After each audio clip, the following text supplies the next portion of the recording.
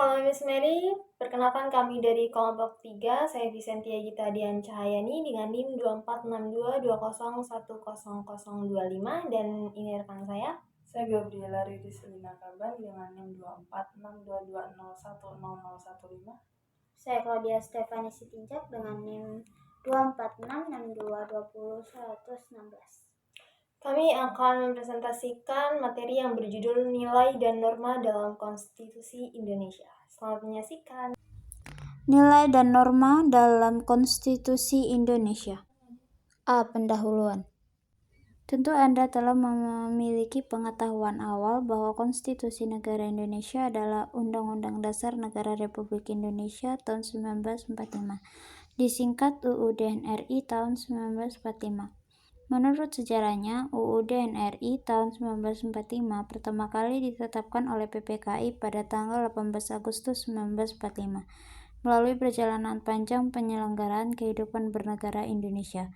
UUD NRI tahun 1945 sampai sekarang tetap diberlakukan sebagai konstitusi dari Negara Republik Indonesia setelah mengalami perubahan atau amandemen. UUD NRI tahun 1945 berkedudukan sebagai hukum dasar dan hukum tertinggi negara dan menjadi pedoman penyelenggaraan bernegara. UUD NRI tahun 1945 berisikan nilai dan norma dasar bernegara. B. Materi pembelajaran 1. Undang-Undang Negara Republik Indonesia tahun 1945 sebagai Konstitusi Negara Republik Indonesia. Undang-Undang Negara Republik Indonesia tahun 1945 merupakan konstitusi tertulis yang menjadi sumber hukum bagi pembentukan peraturan perundang-undangan di Indonesia. Konstitusi sebenarnya berbeda dari Undang-Undang Dasar. Namun, banyak orang menganggap keduanya sama karena pengaruh paham kodifikasi yang menekankan bahwa semua peraturan hukum harus ditulis agar hukum lebih teratur, sederhana, dan pasti. Karena itu, aturan dasar yang tertulis disebut Undang-Undang Dasar, padahal konstitusi lebih tepat diartikan sebagai hukum atau aturan dasar. Konstitusi memiliki dua bentuk, yaitu konstitusi tertulis, documentary constitution. Konstitusi ini berbentuk naskah hukum resmi yang dituangkan dalam dokumen tertulis, yaitu Undang-Undang Dasar Negara Republik Indonesia tahun 1945. Yang kedua, konstitusi tidak tertulis, non-documentary constitution. Hukum dasar yang tidak tertulis ini disebut konvensi, yaitu kebiasaan ketatanegaraan, dan diakui sebagai bagian dari hukum konstitusi. Misalnya, pidato kenegaraan presiden setiap 16 Agustus tidak diatur secara eksplisit dalam Undang-Undang Dasar. Maksudnya, tidak tertulis secara langsung dalam hukum, tetapi tetap dilakukan. Sebagai hukum tertinggi, semua peraturan di bawahnya tidak boleh bertentangan dengan Undang-Undang Dasar Negara Republik Indonesia tahun 1945. Sebagai hukum dasar dan hukum tertinggi negara, maka peraturan perundangan di bawah Undang-Undang Dasar isinya harus bersumber dan tidak boleh bertentangan dengan Undang-Undang Dasar tersebut. Misalnya, isi norma suatu pasal dalam undang-undang tidak boleh bertentangan dengan Undang-Undang Dasar Negara Republik Indonesia tahun 1945. Dua sumber historis, sosiologis, dan politis mengenai konstitusi. Undang-Undang Dasar Negara Indonesia ditetapkan menjadi Undang-Undang Dasar Negara oleh PPKI atau Panitia Persiapan Kemerdekaan Indonesia pada tanggal 18 Agustus 1945. Undang-Undang Dasar yang ditetapkan tersebut merupakan hasil dari sidang BPUPKI kedua yang berupa rancangan hukum dasar negara. Setelah mengalami beberapa perubahan kecil, rancangan hukum dasar hasil BPUPKI tersebut dirapatkan dan selanjutnya ditetapkan oleh PPKI sebagai Undang-Undang Dasar Negara Indonesia Merdeka. Namun, sejak 27 Desember 1949, di Indonesia berlaku Konstitusi RIS atau Republik Indonesia Serikat. dan sejak tanggal 17 Agustus 1950, di Indonesia berlaku UUD 1950. Kemudian, pada Dekret Presiden 5 Juli 1959, Undang-Undang Dasar Negara Republik Indonesia tahun 1945 diberlakukan lagi dan dikukuhkan secara aklamasi oleh DPR pada tanggal 22 Juli 1959. Pada periode 1999 sampai 2002, Undang-Undang Dasar Negara Republik Indonesia tahun 1945 mengalami 4 kali amandemen atau perubahan sampai sekarang ini. 3. Dinamika dan tantangan konstitusi dalam kehidupan berbangsa bernegara Indonesia. Setelah 4 kali amandemen, UUD NRI tahun 1945 mengalami banyak perubahan norma dalam penyelenggaraan negara. Salah satu perubahan penting adalah sistem pemilihan presiden dan wakil presiden.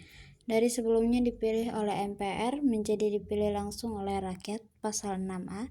Hal ini membawa dampak terhadap sistem ketatanegaraan, perilaku masyarakat, sistem kepartaian, dan pemilu. Pemilihan presiden secara langsung pertama kali dilakukan pada tahun 2004 berdasarkan UU nomor 23 tahun 2003. Pilpres 2004 terdiri dari 2 putaran karena tidak ada pasangan yang memperoleh suara di atas 50% pada putaran pertama. Putaran kedua mempertemukan pasangan Megawati dan Hashim Muzadi dan Susilo Bambang Yudhoyono dan Yusuf Kala. Akhirnya SBY-CK menang dengan 60,6% suara dan dilantik sebagai presiden dan wakil presiden periode 2004 sampai 2009.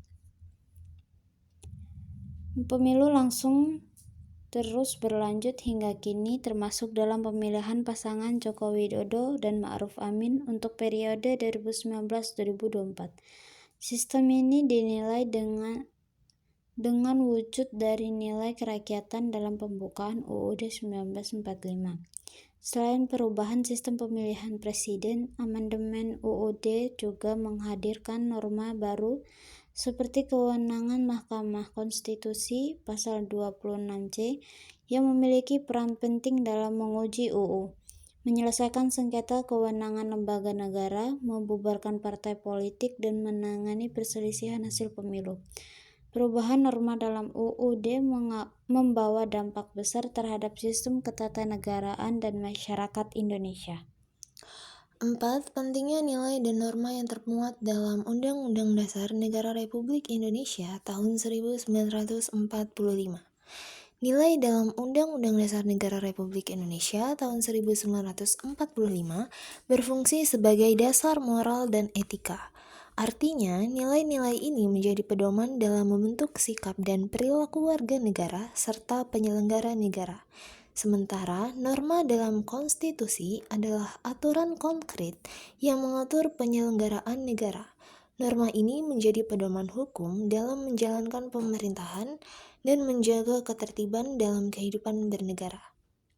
Nilai-nilai tersebut tercermin dalam Pancasila. Nilai-nilai dalam Undang-Undang Dasar Negara Republik Indonesia mencerminkan Pancasila sebagai dasar negara. Artinya, segala kebijakan dan peraturan yang ada harus selaras dengan nilai-nilai Pancasila. Pancasila berisikan 5 nilai, yakni ketuhanan, kemanusiaan, persatuan, kerakyatan, dan keadilan.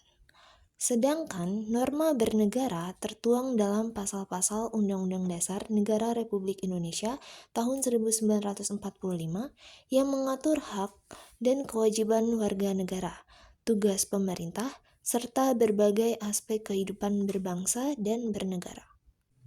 C. Rangkuman. 1. Konstitusi merupakan aturan dasar dalam penyelenggaraan negara, baik tertulis maupun tidak tertulis. 2. Konstitusi berfungsi membatasi kekuasaan pemerintah, membagi kekuasaan negara, dan menjamin hak dasar warga negara. 3. Undang-Undang Dasar Negara Republik Indonesia tahun 1945 sebagai hukum dasar tertinggi memuat aturan tentang lembaga negara, hubungan negara dan warga negara, serta prosedur perubahan Undang-Undang Dasar. 4. Konstitusi Indonesia telah mengalami 4 kali amandemen untuk menyesuaikan dengan dinamika bernegara.